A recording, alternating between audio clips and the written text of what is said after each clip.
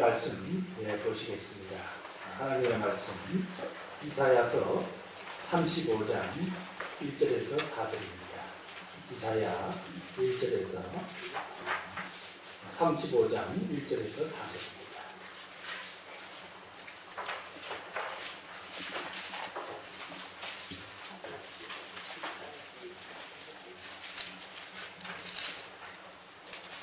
우리 교독을 하시겠습니다. 이사야 35장 1절에서 4절입니다. 광야와 메마른 땅이 기뻐하며 사막이 백합화 같이 뛰어 즐거워하며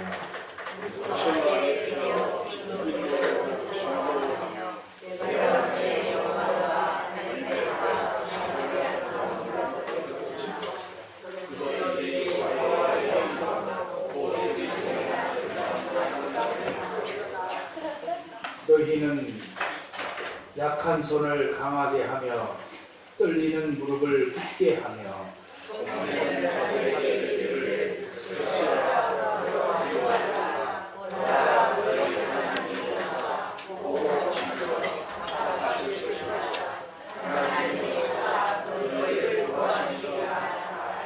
아멘. 거의 많지 않습니다.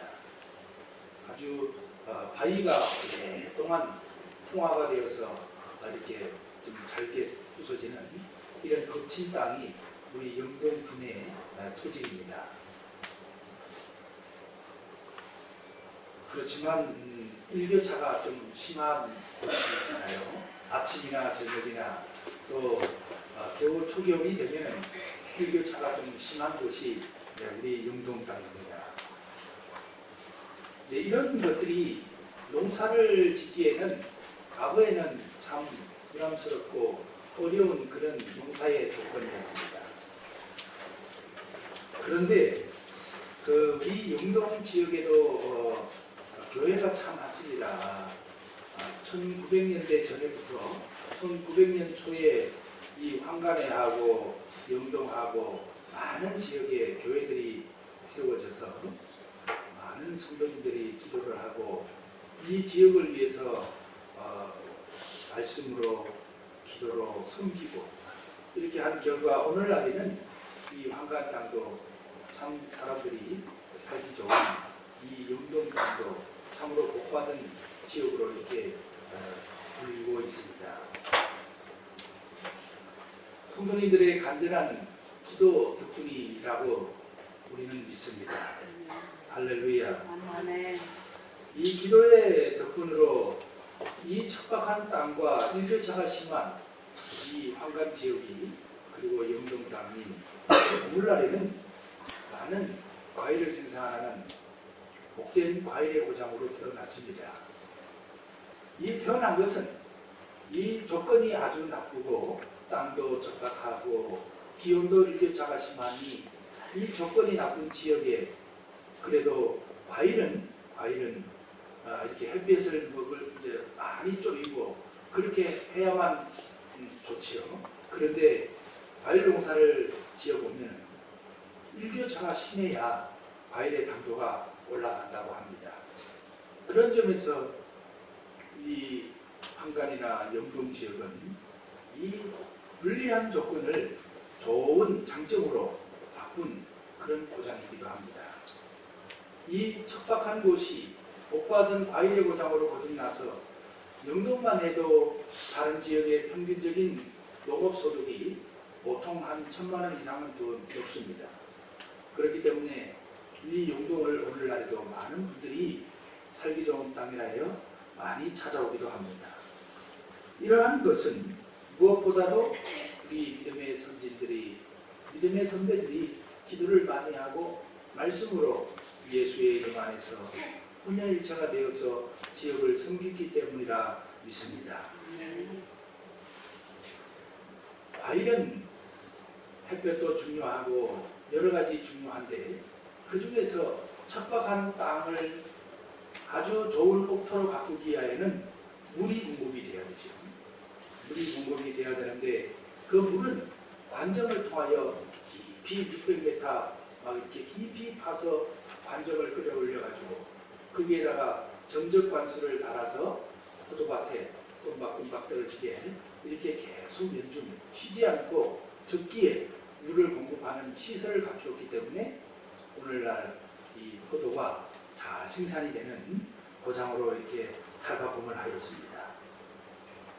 생수를 공급해야만 이 척박한 땅은 옥토로 바뀌는 것이지요. 이 단점을 바라보고 포기를 하였으면 일찍이 지혜를 얻지 못하고 아수의 이렇게 지역으로 전환을 하지 못했다면 지금은 이 영동 땅은 어느 곳보다도 낙후된 그런 고장으로 남아있을 수밖에 없었을 겁니다.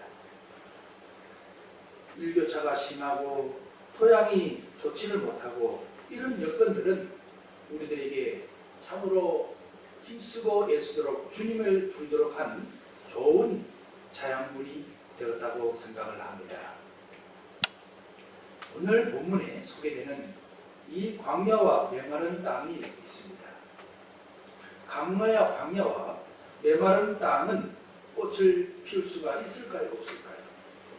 광야와 메마른 땅은 황무지는 사막은 꽃을 피울 수가 없습니다. 그 꽃을 피울 수가 없는 땅을 바라보며 낙담하고 좌절하고 포기하였다면 영원히 그 광야는 꽃을 피우지 못할 겁니다. 바라만 보고 있으면 그 꽃은 피어나지 않습니다. 그러면 어떻게 이 황무지가 변하여 꽃이 피고 이 사막에 장미꽃이 피고 백합화가 피어서 향기를 낼까?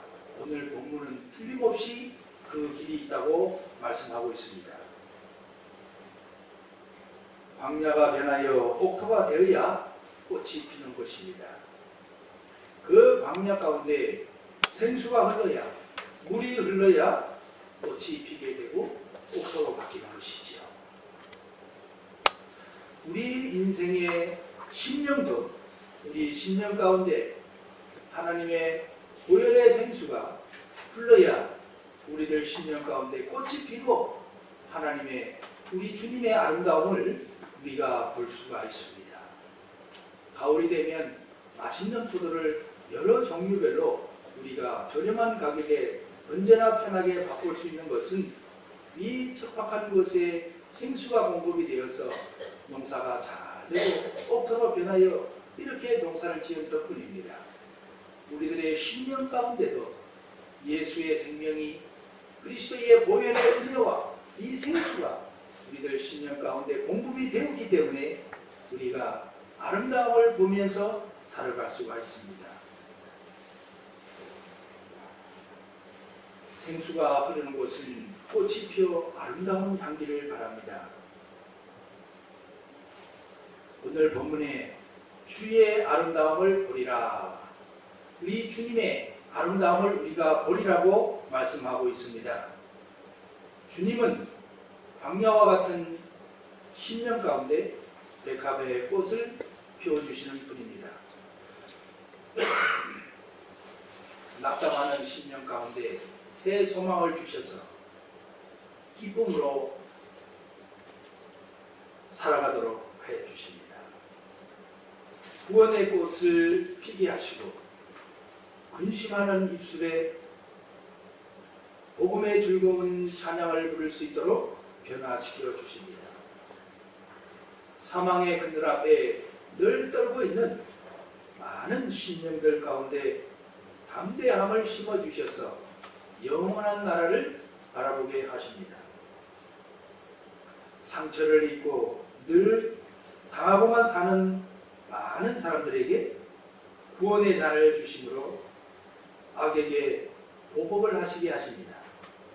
오늘 본문 5절에 바로 우리가 낙담하고 심령에 근심을 하고 참으로 죽음 앞에 떨고 있을 그때에 하나님은 바로 무엇을 하라고 말씀하셨을까요? 이사야서 34장 16절에는 하나님의 말씀을 찾아 읽어보라고 말합니다. 하나님의 말씀을 읽어보라. 읽어보면은 우리들의 광야와 사막과 같은 그곳에 백합화가 꽃이 피어서 우리가 주님의 영광을 보리라고 말씀합니다. 복음이 전해질 때에 옥토로 변하고 소망을 갖게 되고 생명을 얻게 되는 것입니다. 상처 입고 낙담하고 근심하고 있는 심령 가운데 복음이 들어갈 때에 우리는 새 힘을 얻습니다. 주님의 아름다움을 우리는 그때야 보게 되는 것입니다. 우리의 눈으로 주님의 아름다움을 직접 보고 즐거워한다고 말씀하십니다.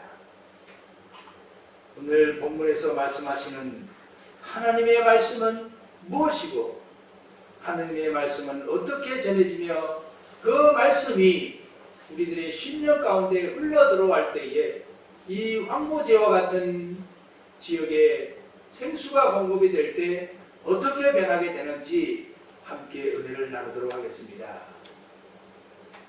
성령 충만 받은 베드로와 그 11 사도는 예루살렘에서 서서 큰 소리로 높이 외쳤습니다. 유대인들과 예루살렘에 사는 모든 사람들아, 이 일을 너희에게 알게 할 것이니 내 말에 귀를 기울이라. 내 말에 귀를 기울이라. 이 말의 내용은 무엇일까요? 베드로는 내 말에 귀를 기울이라고 선포를 하고 있는데 베드로를 통하여서 베드로의 입술을 통하여서 전하고 싶었던 성령님의 메시지는 무슨 메시지였을까요?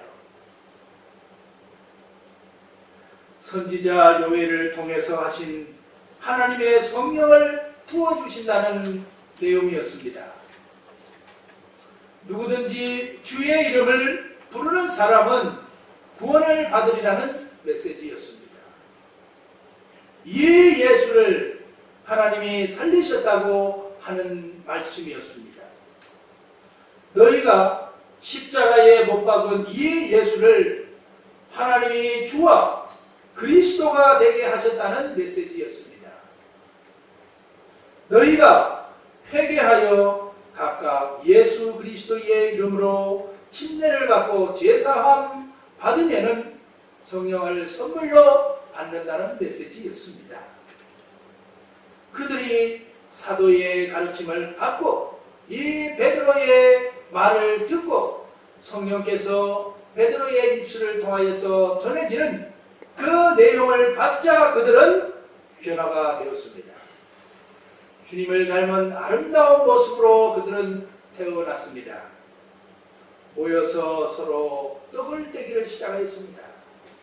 오로지 기도에 힘쓰는 그리스도인이 되었습니다. 할렐루야. 침례교회 김장한 목사님은 가끔 극동방송에 나와서 말씀을 잘 전하시죠. 그가 나침반 출판사를 통하여서 큐티를 한 내용을 제가 보게 되었습니다.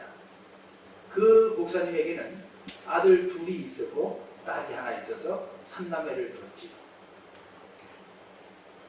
그 중에 큰 아들과 딸은 학교 생활도 잘 적응을 하고 교회 생활도 잘 적응을 했습니다. 어머니가 미국 분이었기 때문에 혼혈족이었지만 그런 핸디캡을 극복하고 학교와 교회 생활을 아주 잘하여 모범생이었습니다. 그런데 막내 아들 김요한은 주일학교에 잘 적응도 하지 못했습니다. 사춘기에는 사춘기를 극복하기가 힘들어서 장난도 심했고 아주 골부리는 것도 잘했습니다. 김정환 목사님은 이 아이를 놓고 기도하기 시작했습니다. 한 번은 기도하는 중에 하나님께서 성경을 읽게 하라 응답을 주셨습니다. 요한에게 성경을 읽게 하였습니다. 성경 한 장을 읽으면 100원을 주겠다. 저도 아이들을 키우면서 그렇게 해본 적도 있는 걸로 기억이 되는데 한 장을 읽으면 100원. 하루는 부흥회를 인도하고 딱 와서 보니까 몇 장을 읽었느냐. 예, 100장을 읽었습니다. 얼마인가요? 10,000원입니다. 두말하지 않고 10,000원을 주었다고 합니다. 처음에는 이 돈을 받기 위하여 김정한 목사님 아들 김요한은 성경을 읽었지만 한참 성경을 읽은 후에 요한에게 변화가 오기 시작했습니다. 매를 맞고 달래보기도 하고 얼려보기도 하고 참으로 설득시키기 보기도 했는데 그 간단하게 견고하던 그 요한의 마음이 하나님의 말씀이 들어가니 서서히 변화가 오기 시작했습니다. 돈을 받지 않아도 성경을 읽는 그런 김요한이가 되었습니다. 그는 성경을 읽던 중에 사명을 받아 미국에 10년 동안 유학을 하고 석사와 박사학위를 거쳐서 결혼을 하고 지금은 대전 유성에 함께하는 교회의 담임 목사님이 되어 있습니다. 한 번은 미국에 이 아이들이 유학 가서 공부하는 중에 김장한 목사님이 이제 공부하는 아이들을 보기 위하여 미국을 갔습니다. 간난 중에 이제 호텔에서 같이 잠을 자고 있는데 이 아들이 깨어보니 아버지가 안 계신 거예요. 그래서 어디를 가나 하고 찾아보니 화장실에 계시더라는 거예요. 그 화장실에서 기도를 하시는데 다른 분들 깰까봐 아들이 깰까봐 화장실에 들어가서 정해진 시간에 기도를 하는 겁니다. 기도를 하는데 변기 뚜껑을 덮어놓고 거기다가 타올을 이렇게 펴놓고 성경을 펼쳐놓고 성경을 읽으시고 그리고 나서 그 화장실 바닥에서 무릎을 꿇고 하나님 앞에 기도하는 모습이 눈에 들어왔습니다. 이 아들은 마음속에 어떻게 생각을 했을까요? 아버지를 닮은 내가 목사가 되어야 되겠다. 이렇게 결심을 하고 늘 기도하고 말씀 보는 그런 주님의 종이 되었습니다. 할렐루야. 하나님의 말씀은요, 인간의 생각을 하나님의 생각으로 바꾸어 놓습니다. 사람은 아무리 공부를 많이 하고 지식을 많이 깨우치게 되고 사회생활을 잘해도 그 생각을 바꾸기는 참 어렵습니다. 그러나 하나님의 말씀이 들어가면 그들은 생각이 바뀌게 되고 은혜가 임하게 되고 기적을 체험하게 되고 축복이 임하게 되는 것입니다. 이것을 오늘 이사야 기자는 주님의 아름다움을 보게 되리라. 말씀을 보고 우리는 늘 기도해야 될 줄 믿습니다.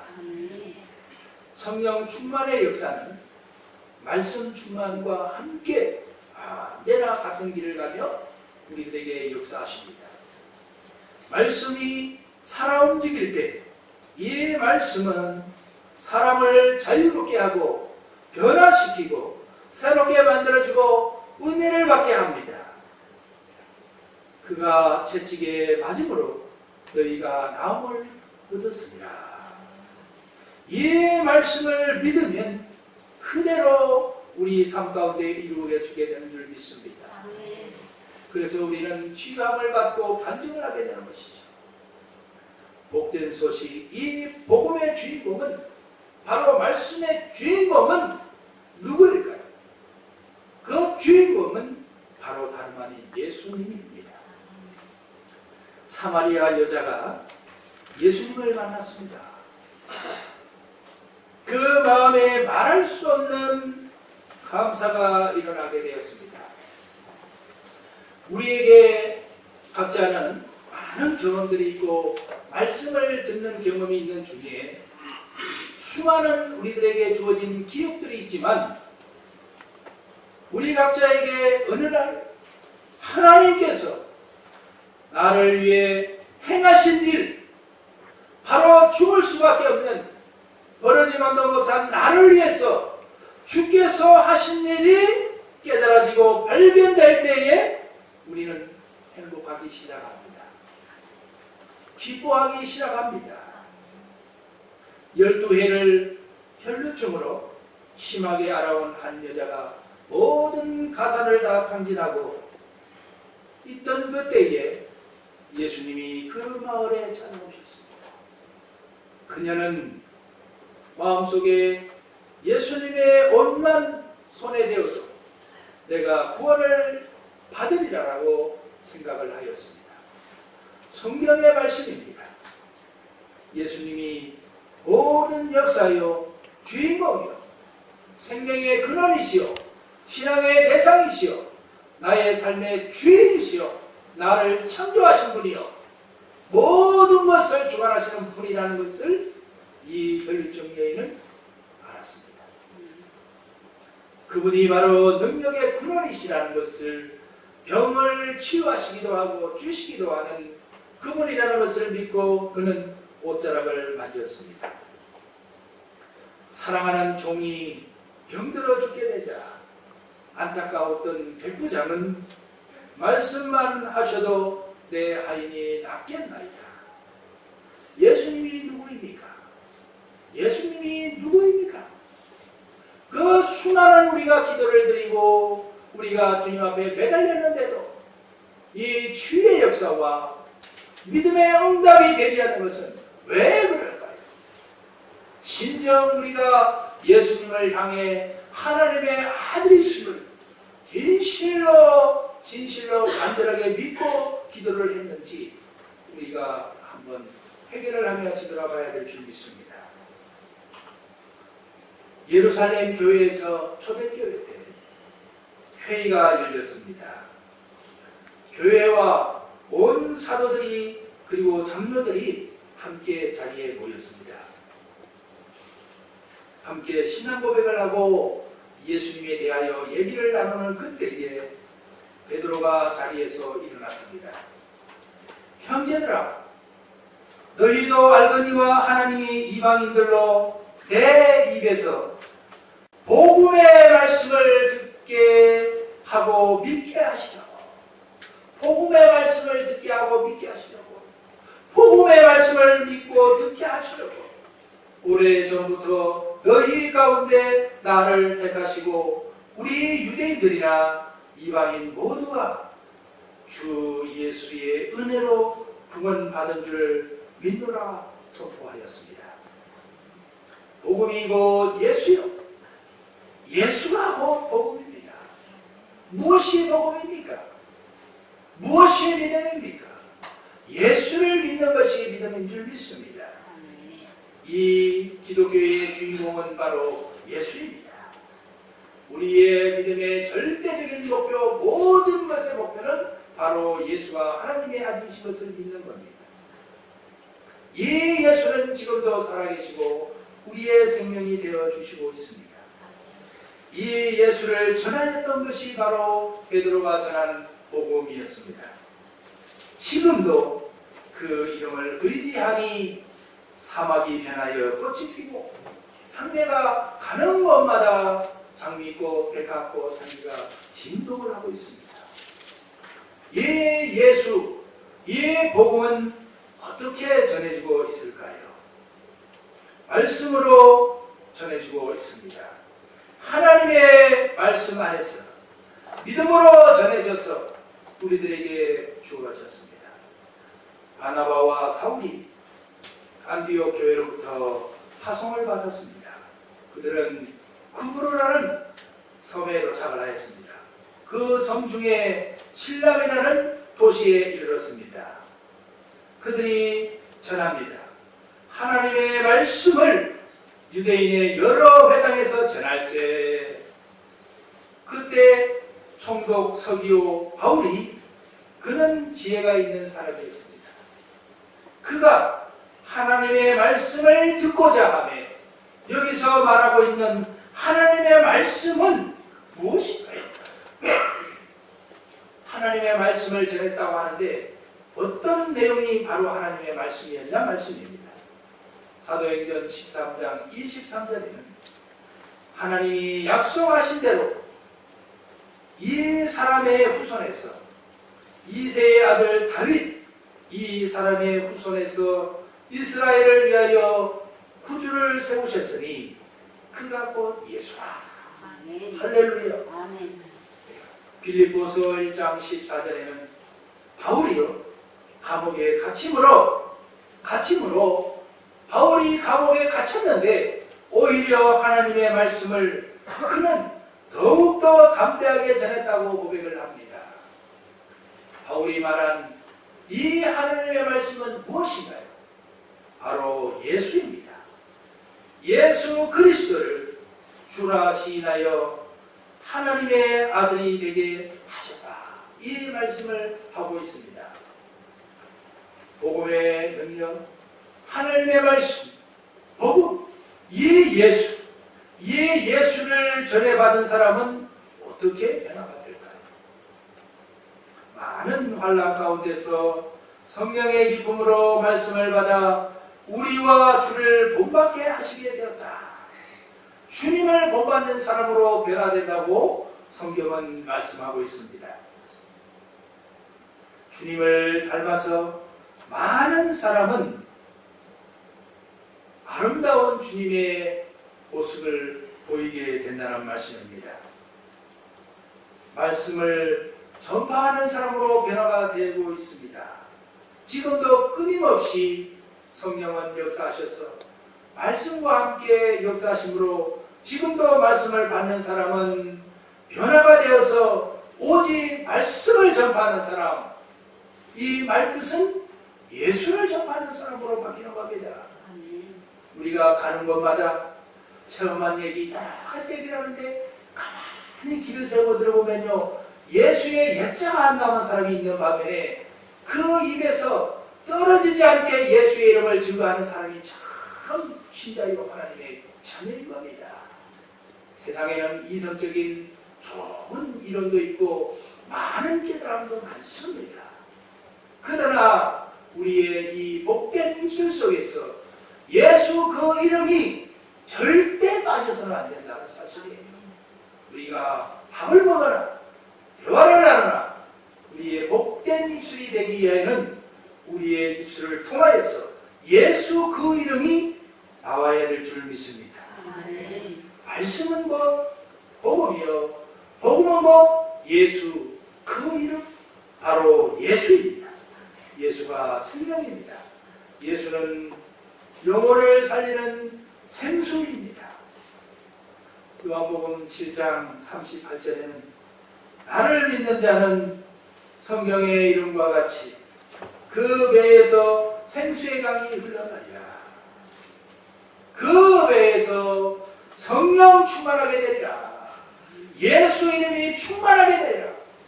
예수 이름이 가득하여서 전하지 않고는 버티지 못한다. 전하지 않고는 이 뜨거운 가슴이 예수 이름을 꼭 전하는 그런 사람으로 바뀌어진다는 것입니다. 담대하게 또 가난이 변하여 기쁨이 되고 많은 사람을 살리는 사람이 되어진다는 것입니다. 미국 뉴욕에 사는 디리안 로맨이라는 유명한 여의사가 있습니다. 그녀는 하루는 폐병 3기 죽을 날만 기다리는 한 여인이 그녀의 요양을 해 왔습니다. 이 요맨 박사가 환자를 가만히 쳐다봤습니다.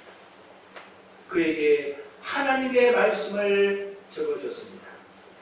그리스도께서 우리를 위하여 저주를 받은 바 되사 율법의 저주에서 우리를 성량하셨으니 기록된 바 나무에 달린 자마다 저주 아래 있는 자라 하였습니다. 갈라디아서 3장 13절의 말씀을 이 폐병 3기 여인에게 적어줬습니다. 이튿날 그 요맨 의사는 그 폐병 환자에게 찾아가서 그 말씀의 뜻을 간단하게 풀이해 주고 입으로 시인하십시오 하고 가르쳐줬습니다. 일주일이 되던 날 그 여인이 소리를 지르면서 요맨 박사에게 쫓아왔습니다. 박사님, 이젠 제가 침대에 누워 있을 필요가 없어요. 십자가의 저주 안에는요, 바로 저의 폐병과 함께 달렸으니까요, 누워있을 필요가 없다고 그 여인은 선포를 하고 자리를 벌떡 일어나 취함을 받고 나섰습니다. 할렐루야. 우리가 전하는 이 예수는 가는 곳마다 생명이 되어서 죽은 나무에 싹이 나게 한다. 이 황무와 같은 이 바위덩거리와 참으로 일교차가 큰 이 지역에 복음의 사람들이 기도하고 매달림으로 지금은 전적관수를 통하여서 많은 복된 땅으로 포도의 고장으로 만들어주지 않았습니까? 우리 그리스도인들이 주님의 이름을 가지고 가는 곳마다 이 황무지와 같은 이 황간지역에 우리가 무엇을 가지고 가야 될까요? 이 지역에 예수를 전해야 되는데 이제 전도지도 만들고 참 전도책자도 만들고 해서 예수의 이름이 담긴 예수의 치유와 역사가 담긴 이 믿음의 능력이 담긴 이 복된 소식을 비록 책자라도 만들어서 우리가 전해야 될 줄 믿습니다. 그렇게 되면 이 황무와 같은 곳에 사막이 되어서 꽃이 피고 향내가 나고 아름다운 사슴과 노루들과 많은 것들이 온순하여져서 주님을 찬양하지 않겠습니까? 아름다움을 주신 우리 주님께 늘 우리는 감사하면서 복된 소식을 전하는 그런 주님의 예수를 전하는 전도의 분이 되어야 될 줄 믿습니다. 이 땅의 황무함에 배가 파가 피도록 예수 그리스도의 사랑이 그 생수가 흘러 들어가도록 힘쓰는 저와 여러분들이 되시기를 주님의 이름으로 축원을 드립니다. 그 복된 소식의 발걸음이 되시기를 주님의 이름으로 축원을 드립니다. 하나님 아버지 감사합니다. 저희들을 부르셔서 주의 아름다움을 보여주시니 감사합니다. 이 아름다움을 예수님을 아버지 하나님이 이 땅에 전함으로 이 땅에 아름다운 주님의 모습이 곳곳에 보여지게 하옵소서. 주여 감사를 드리오며 예수님의 이름으로 기도하옵나이다. 아멘.